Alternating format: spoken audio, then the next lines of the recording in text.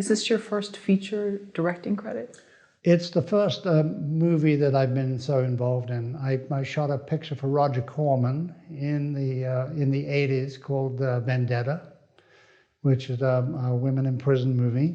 Kind of a cult classic. It's got a pretty good rating on IMDb, but this was the first, as an auteur, this is the first project that I'd done, yeah. Do you plan another? I do. I have a project called Garden Country, and it's about a Marine pilot, and she tries to go through the justice system, and it fails her, and she takes matters into her own hands. So. Timely. Another tough story. Yeah, you know? And a timely one at that. Indeed. Wow. You seem to be drawn to female protagonists? I do. What's that about? I don't know, yeah. Before it was fashionable. Now it's almost a requirement if you're going to make an action movie. You've got to have a female hero. But when I was developing those other projects, it was not.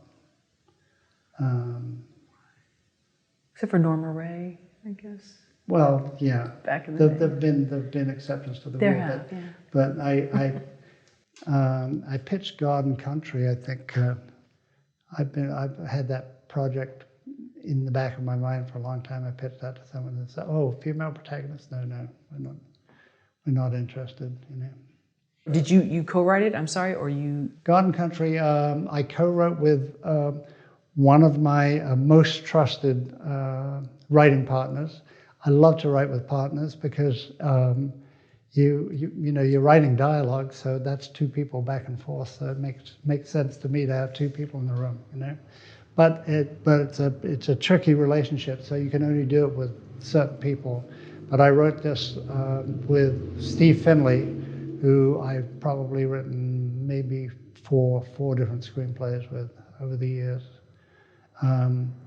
And so it's my original screen story, and we wrote it together. Now, originally, I wanted Steve not just because I enjoy working with him, but I needed to get this off the press really quickly, because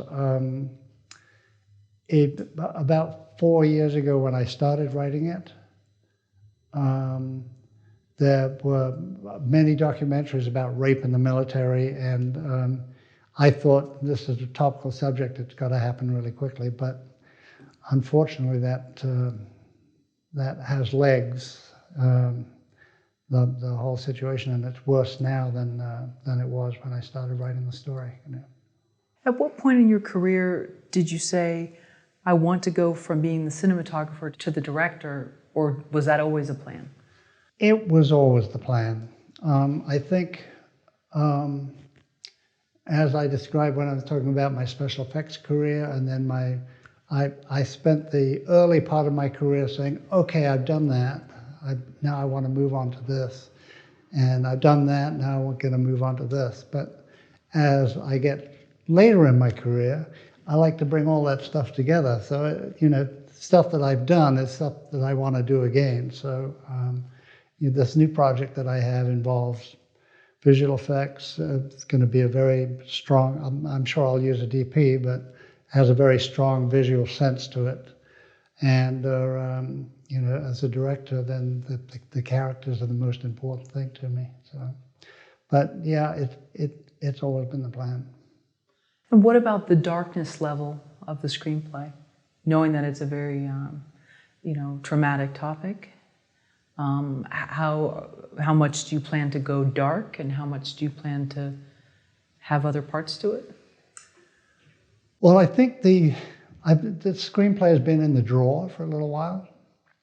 And I showed it to a friend recently, and he was very excited about it. So I reread it, and I'm going, hey, this was really good. Who wrote this stuff? You know, this is good. And so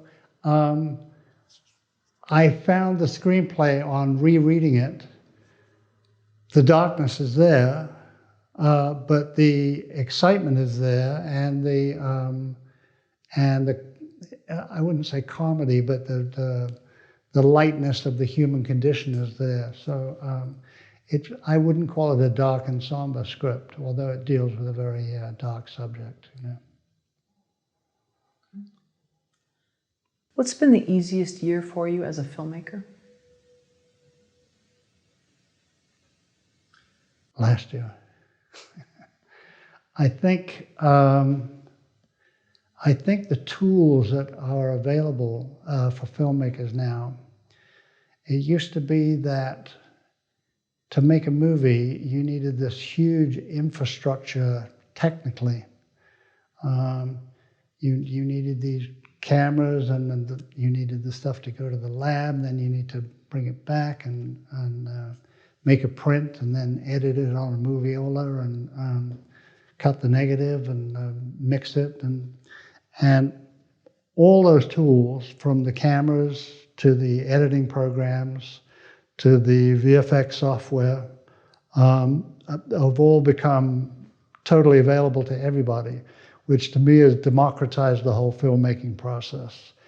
And I think it's absolutely fabulous that anyone with a vision and you know, if I don't know how to do something, I watch a YouTube video on how to do it, and I teach myself how to do it. But I guess I've done that my whole career. But now it's so available that, you know, yesterday I'm looking at some budgeting software, so I'm watching some YouTube videos, and it's available, it's out there. So I think it's easier to be a filmmaker now than it ever was. What's been the most difficult year for you as a filmmaker? I don't know. All movies are difficult, you know. And usually if a movie is easy and you're really having a good time while you're making it, my experience is it doesn't turn out very well, you know. Now some projects have been like real nightmares because of the, you know, some directors, they like to create really negative energy on the set, and they work off the kind of energy of the people that are working for them, that they're consummate professionals, so they dig their heels in and say, I don't care what he says, I'm going to do a great job. But I don't like creating that kind of energy on a set. To me, you know, projects flow, they flow out of love, and everybody working in the medium that they're loving on a story that they love. And so I've worked with some difficult people, but I try not to be one. Although I have to say, on my last movie, I told my producer, you know, because basically I made it with a bunch of young kids because I had 11 days. They had to have experience, but they couldn't be, you know, my cinematographer, basically I'm doing street theater and I'm covering it with two cameras, either over shoulder both sides, or wide and tight from one side and then from the other side. So and you know, I'm moving along, I'm pretty tough. So I said to my producer, oh yeah, that one guy in the art department, he didn't like me, you know. And Elliot said, nobody liked you. What are you talking about? You know? So I guess I'm tough, you know. Well, it's a weird thing when someone's sort of at the helm of the ship. Yeah. Because it's easy to find fault, and everybody has different angles for wanting to take somebody down a couple notches or whatever. So everybody's kind of angling. Right. Know? And so you can be a politician as much as you want with certain things, but there's always going to be anglers right in the water, you know. I agree. And I think when you're making a movie and you're focused on a really tight schedule, it's very, you know, if anything is negative about the process, it's the clock that's ticking, and it's getting the stuff done in the right amount of time. And as the director, that's your greatest ally, and your biggest enemy is the clock. And you can't rely on, you know, you can say, well, the assistant director, he didn't move it along fast enough, or this guy didn't do this, or that.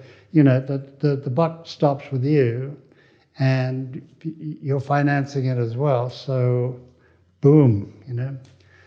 I hope it's never that tough again, but it was a very lovely process as well. So.